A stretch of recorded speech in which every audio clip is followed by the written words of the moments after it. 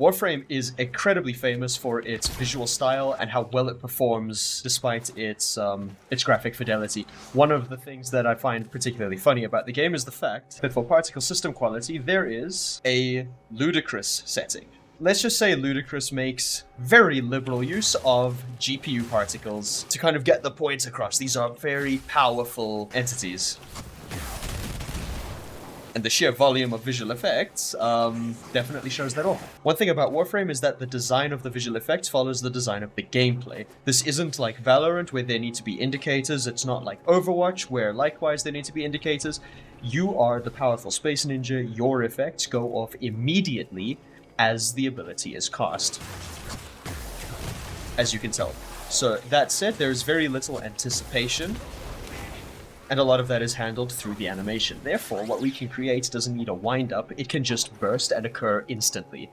So we're going to do that. In Unreal Engine, I have already prepared several things that we are going to need. The first of which is a volumetric explosion, which I have rendered from Embergen into a sprite sheet. Warframe makes extremely liberal use of Houdini and Embergen to create its sprite sheets and various volumetric things. You will very rarely find actual cloud puffs in 3D space in a game, unless it's some sort of tech demo that you don't really care about anyway, because if done well, they are almost indistinguishable from each other, which is what we are hopefully going to do. The second texture I've prepared is this. The reason this looks like it does is because this is channel packed. Channel packing is a technique where we can fit up to 4 black and white textures into a single PNG or EXR or TGA or whatever file format you want. So each one of these is its own separate thing. The first of which is noise with various layers, so that I can alter the levels and change it as I see fit. The second of which is a horizontal line. We are going to change the mapping of this from Cartesian, which is a square, to radial. The third is this large area, which I'm going to use as an indicator on the ground to sort of show off its range. And the fourth is this, which I will be using instead of particles to add extra volume to the big mass of particles. Depth fade is so that it doesn't clip into the floor, and I don't know that they use this, but I would assume that Warframe uses something similar, since it has been a long time since I saw something clip through the ground. The next is the supplementary noise, which is extremely basic. We don't need this to move, we just need it to appear, disappear, not clip. This is by far the simplest particle, which we're going to be using for a lot of the GPU particles, because as we've seen, Warframe has a lot of those. This is pretty much just color, and the shape will be determined by the particle itself. The final is, of course, the flipbook. This has a depth fade so it doesn't clip into anything, and it looks like this. The first thing I'm going to do is create a single sprite. This is going to be the floor AoE. We're going to use this to position our particle system in the world based on the spawn. What I have done is I have gone into the third-person blueprint, and all I've done is set up a simple press 1 to spawn system. This is already referenced, so all we need to do is create something for our blueprint to spawn, and then we can see where this is in the world. In order to adjust this, however, what we're going to do is go into parameters, create a new user exposed vector.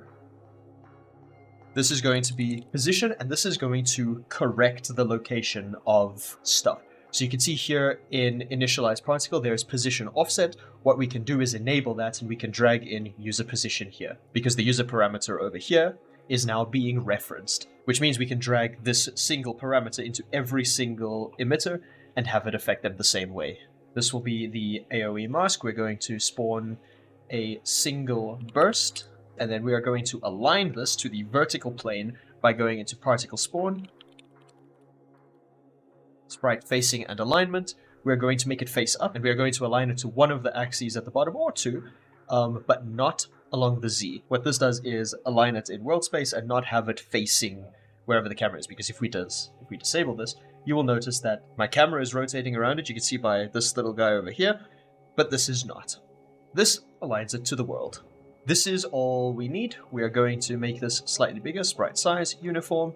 Let's go for a nice 100 size sprite, and then let's see how it spawns. It's spawning directly in the middle. This is not what we want. The correct way to do this is to have the system spawn at the root bone of the rig, but we are not going to do that because I don't know how yet. There you go. Minus 90 is approximately correct.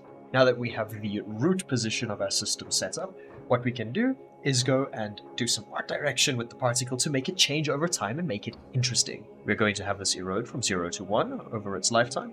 Now with just a little bit of art direction, we have this. This acts as a compelling base for everything that we're going to do from this point onwards. The next thing we're going to do is add a whole bunch of the smoke particle effects to make this more interesting. We're going to replace the sprite renderer with our smoke burst. We're going to go directly into particle update, dynamic material parameter. We're going to take this from 0 to 1, Control A, F to frame, 1 for weighted tangents, Control for user weighted tangents, and we're going to drag this all the way to the end because we don't need this to erode right until the very end. We are going to switch from system to self, infinite to once, add spawn burst, instantaneous, and set this one to about 10. Also, in our dynamic material parameter, we're going to go to phase, select float from curve, and we're going to go from 0 to 1, and this is going to be completely linear so that it plays. We're going to set a random lifetime for this to give it some variation. I think random between 1 and 2 will do the trick. 1 and 2 is a little bit too long, so we're going to go from 0.5 to 1.25. For even further variation, switch the sprite UV mode to random X and Y, switch the rotation to random, and then set the size mode to random uniform. Going to set the size of this to be not too big, so 300 at its biggest, 200 at its smallest, and then for extra variation, we are going to go into the particle spawn and select shape location. What we are doing now is spreading this over a larger space, so we're going to go with a ring. As you can see, as the ring gets bigger, this all spawns within that location. What we're going to do is enable offset mode, change that to default, and drag our user position into the offset value. And this is now spawning offset from its root location, which now results in this. To make this more visually interesting, we are going to add a burst of GPU particles, because everyone knows Warframe is famous for having millions or billions of particles on screen at any given time. Add an empty emitter. Sprite renderer we are keeping exactly as is. We're going to drag in the GPU particle material that we added, or that we created earlier. Add a shape location. Just to have these burst, we're going to system self infinite once, add a burst instantaneous, and we're going to switch this to about 10,000. The important thing here is that we go into the properties and we switch this from CPU sim to GPU compute sim, select fixed bounds. As far as I know, what this does to the system is tell it that if it cannot see the particle with the camera, the particle does not exist. What we're going to do now is in initialize particles, switch size mode from unset to random uniform. These are going to be extremely small. We're going to go for 0.1 at the smallest and then 0.2. In particle update, we are going to scale particle size by speed. Adding this now is going to give you an error. When you say fix issue, it's going to solve forces and velocity. Change the X to 1. We do not want them to stretch sideways. We want them to stretch along their axis. We're going to lower the threshold to about 250. And then we're going to make the largest 3. This will not work in motion until we go into the renderer. Change alignment to velocity aligned. Now this is set up. What we're going to do now is just add forces to this. So we're going to add one of the most important ones that I've seen in Warframe, which is curl noise. And as you can tell, it already makes this significantly more interesting. This currently does not scream Warframe. So what we're going to do is we're going to increase the strength to about 200. 200 is too much. We're going to go to about 100 and change the noise frequency to something a lot smaller, like 10. What we can do now is we can pan the noise field by negative 0.25 on the global z-axis to give it significantly more character. We are going to add a vortex force as well, just to give this a more interesting look. What we can do is place this into particle spawn as well with copy and paste, and then we say fix issue to apply initial forces. What this means is that instead of the particles spawning and then slowly gaining speed, it means they spawn with the speed. If we disable the secondary vortex force, you can see already it has a lot of energy built into it. Curl noise force, we're going to drop that to about 100, copy, and then paste that in particle spawn, and we're going to fix issue to move it to the correct position in the stack. And now we have a stack of particles doing pretty much what we want them to do. In context, these now look like this. Let's add a point force as well, fix issue. What this is going to do is push our particles away from the center location, but that force does not get applied constantly over time. So we can leave this kind of as is. From this, we're going to go in and use all of our other elements. We're going to add these things as we see fit using the same techniques I've just shown. And we are going to eventually end up with what we consider to be a Warframey looking effect.